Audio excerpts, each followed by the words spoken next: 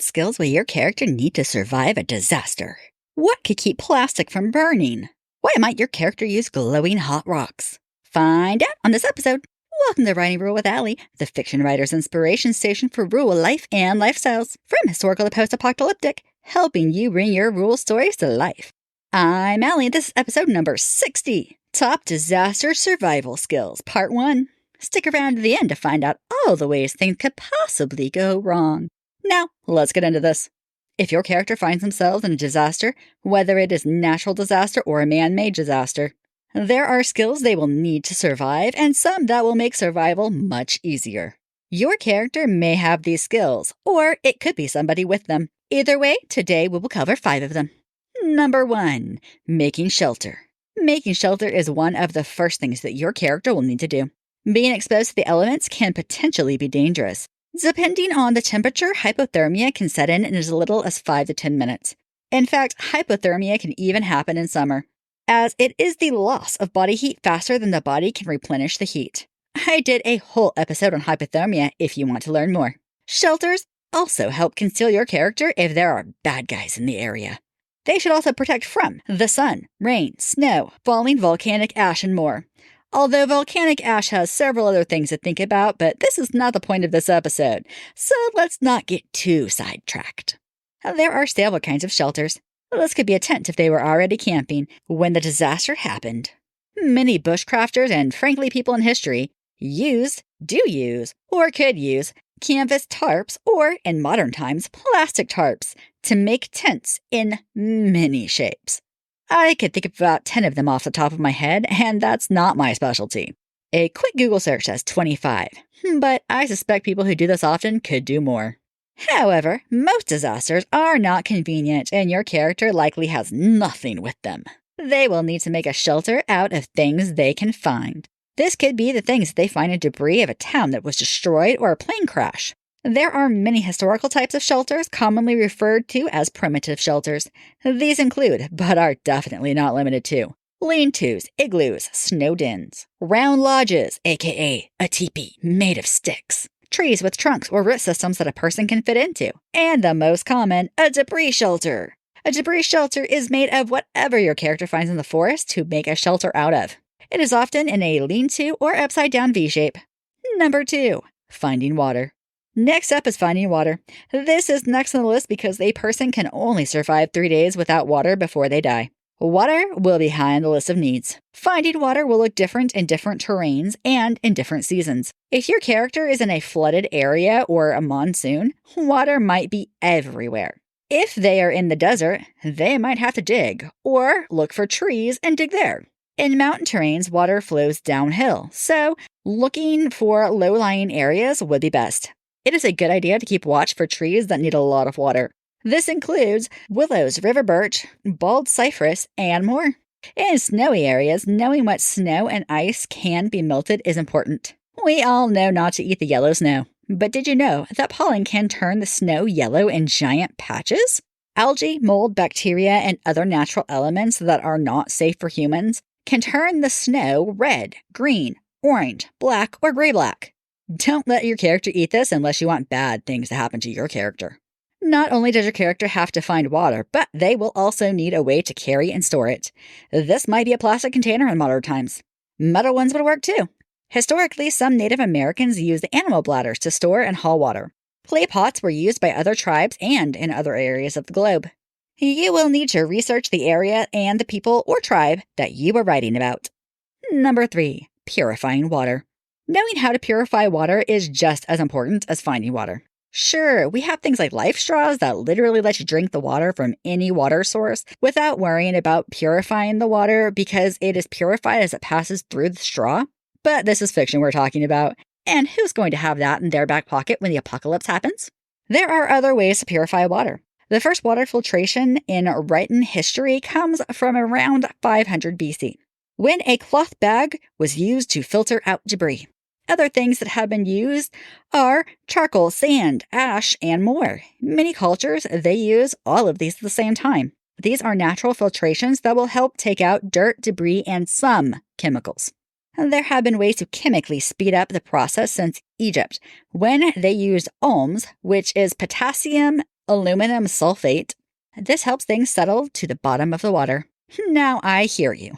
But what about parasites and pathogens? My character doesn't want diarrhea. Don't worry, I got you covered too. And not into poopies. There is a simple way to get rid of both, and that is to boil the water.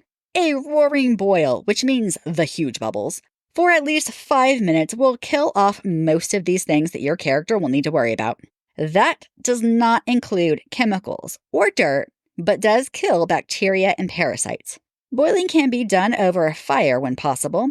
Weirdly, plastic will not melt if you boil water in it, as long as the fire is below the water line. Anything above the water line can melt or catch on fire. Another way to boil water if the container cannot go over the flame is to place a rock on the fire and let it get red hot. Then use sticks or tongs and place the rock inside the water. Do this as often as needed or add as many stones as can fit without overflowing the water. Number 4, making fire. On the subject of boiling water, your character will need to be able to start a fire to do that. In modern times, we have lighters, batteries, matches, ferro rods, sometimes called ferro rods, solar fires, and more. These are great ways to make fire, and most Boy Scouts and Girl Scouts can do at least one type. But what if your character has no modern ways for fire? Don't worry, there are plenty of primitive ways. I've done a whole episode on flint and steel if you want to learn more about that method. Another method is the bow drill. It looks like a tiny bow and arrow set, only the string will wrap around the stick, called the drill. A flattish rock is used to press the drill down as the bow is moved back and forth like a saw. The string around the drill will move the drill in quick circles. This is done on top of a piece of tinder. The tinder will make an ember because of the friction. Embers look like glowing hot clumps. This is moved to a bundle of tinder called a bird's nest to begin the fire-making process. The two-man friction drill is the same concept, however, one person holds the drill and the other person will hold the string in their hands to move it instead of using the bow. Then there is the fire plow. This is a hardwood stick rubbed quickly and hard on soft wood inside a groove which has been cut into the wood. This will cause an ember, and the same bird's nest method is used. There are a few other variations of the drill, but I hope you get the idea. The last is what I would call a hand drill, but I don't think that's a technical name. Basically, you do the same thing as a bow drill, except you use your hands as the bow. Yep, your character will vigorously rub the sticks back and forth between their hands against the tinder to cause enough friction to make an ember. I have tried this method, and all I ever got was blisters. That said, I have seen with my own eyes people who do this and had a roaring fire in less than 10 minutes. This one takes a considerable amount of practice to learn the skill. Number 5, first aid. Last but definitely not least is first aid. Okay, that sounds silly, but hear me out. If your character had just lived through a disaster, they or someone else is likely injured, and they will need to know how to take care of that person until they can get them to help, assuming that there's even going to be help in your story. First aid for disasters can include, but is not limited to, broken bones, lacerations, puncture wounds, burns, eye injuries, animal bites, choking, nosebleeds, head injuries, sprains, hypothermia, heat stroke, heat exhaustion, shock, stitches, and more. Fun fact!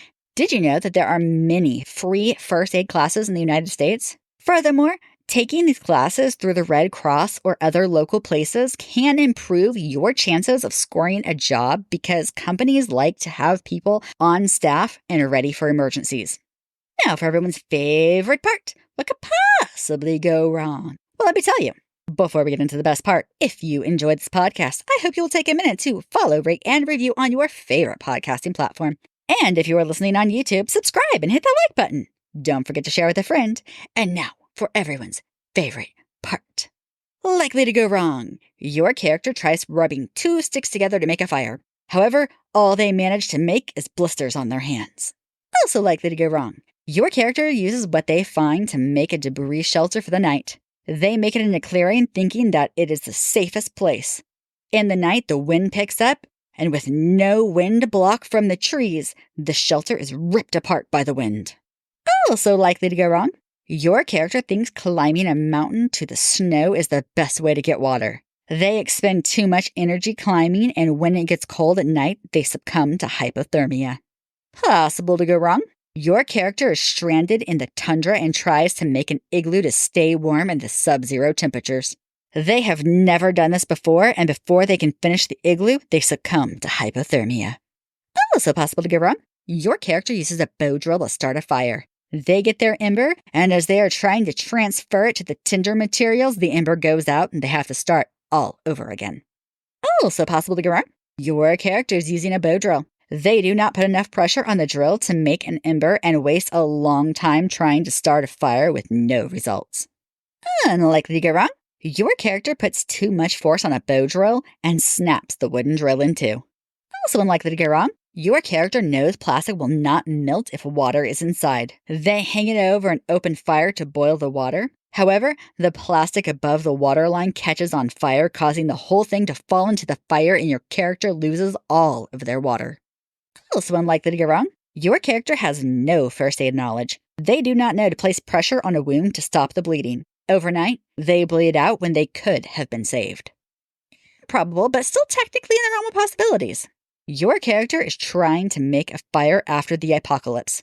They try to use a ferro rod, but didn't know how. They decide to add a little gas to help start the fire. When they next strike the spark on the ferro rod, they light the fumes on fire. This could burn them or light their hair on fire. Also improbable, but still technically in the realm of possibilities. Your character gathers river water from a calm area in the river. They do not know how to filter the water and decide to simply boil it. When they go to drink the water, they find dead leeches in it. Thanks for listening.